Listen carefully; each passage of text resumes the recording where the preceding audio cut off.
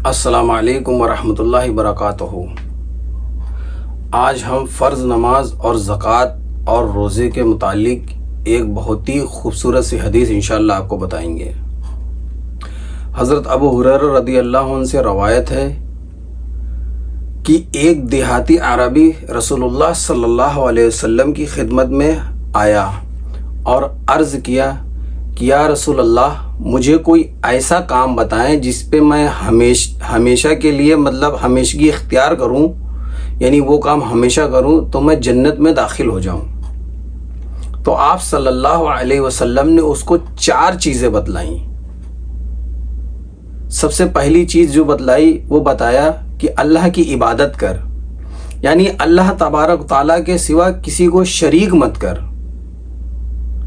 پھر اس کے بعد جو دوسری چیز بتائی کہ فرض نماز ادا کر، یعنی یہاں پہ انہوں نے سنت، نفل اور وتر دیگر چیزوں کا ذکر نہیں کیا، انہوں نے کہا صرف فرض نماز ادا کر۔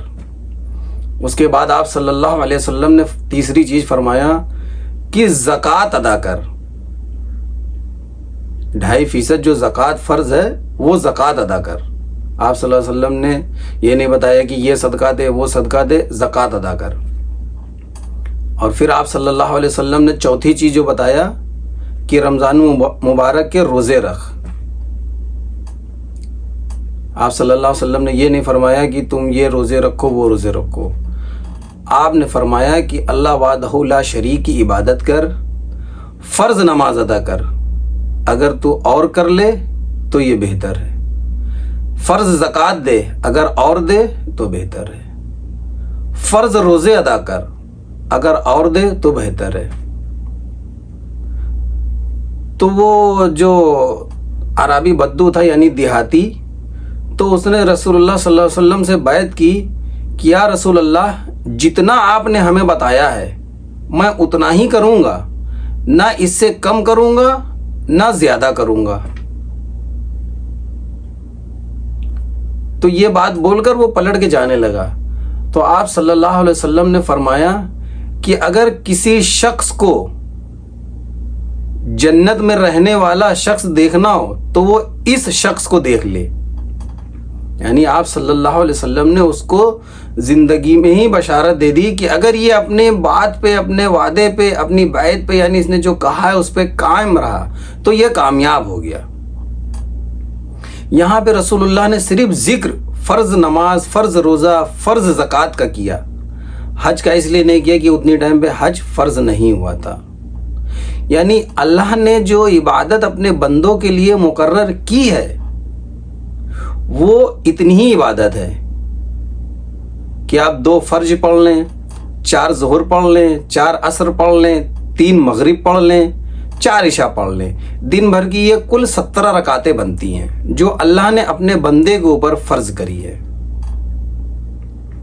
اس کے بعد میں مسکات میں حدیث، ابو داؤد میں حدیث ہے، بخاری مسلم میں بھی ہے کہ اگر قیامت کے دن جب بندے کا حساب ہوگا، اگر دنیا میں انسانی حقوق میں سب سے پہلے اگر انسان کا حساب ہوگا تو وہ قتل کا حساب ہوگا، اور اللہ کی عبادت میں اگر کوئی سب سے پہلا حساب ہوگا تو وہ نماز کا حساب ہوگا۔ بخاری اور مسلم میں حدیث ہے کہ سنت بھی پڑھو، کیونکہ اگر قیامت کے دن فرض نمازوں میں اگر کوئی کمی بیشی آئے گی، یعنی آپ نے فرض نماز پڑھنے میں کوئی کاہلی کر دی یا آپ کا ذہن ادھر ہے اور اللہ کی بارگاہ میں مقبولیت کا درجہ نہیں پا پائی اور اس میں کچھ کمی آئی، اس کے بعد میں آپ کی سنت اور نوافل لی جائیں گی کہ اگر اس میں اس کی کچھ کمی ہے تو اس سے پورا کر دو۔ لیکن آپ کے اوپر جو نماز فرض ہے وہ دن بھر میں کل 17 رکعت ہی فرض ہے۔ اگر آپ پڑھ لیتے ہیں تو آپ کے لیے بہتر ہے، نہیں پڑھتے ہیں تو کوئی گناہ نہیں، کوئی گنہگار نہیں، یہ سمجھ لیجئے۔ یہ جو مولانا لوگ 12 ظہر، 17 عشاء، 8 عصر، ارے ٹھیک ہے بھائی، آج کے دور میں انسان اتنا بیزی ہے کہ اگر وہ فرض ہی پڑھ لے تو بہت بڑی بات ہے۔ اسی لیے رسول اللہ صلی اللہ علیہ وسلم کو نبی اللہ موسیٰ نے بار بار بھیجا، چاہیے اور کم کرا کے آئیے، اور کم کرا کے آئیے، کیونکہ وہ جانتے تھے کہ آنے والی امت اس کو نہیں پورا کر پائے گی۔ امید ہے کہ اس سے آپ کے علم میں اضافہ ہوگا اور دوسروں کو بھی یہ بتائیں۔ دن بھر میں آپ کے اوپر 17 رکعتیں فرض ہیں۔ اگر آپ پڑھ لیتے ہیں سنت تو 2 فرض کی سنت ہے، 4 ظہر سے پہلے ہیں، 2 مغرب کے بعد ہیں اور 2 عشاء کے بعد ہیں۔ اور آپ کے پاس وقت ہے تو وطر پڑھ لیجئے۔ وطر تو ہم بتا چکے پہلے، 1، 3، 5، 7، 9، جتنی آپ کی حیثیت ہو، جتنی آپ کی صحت ہو، اتنی آپ پڑھ سکتے ہیں۔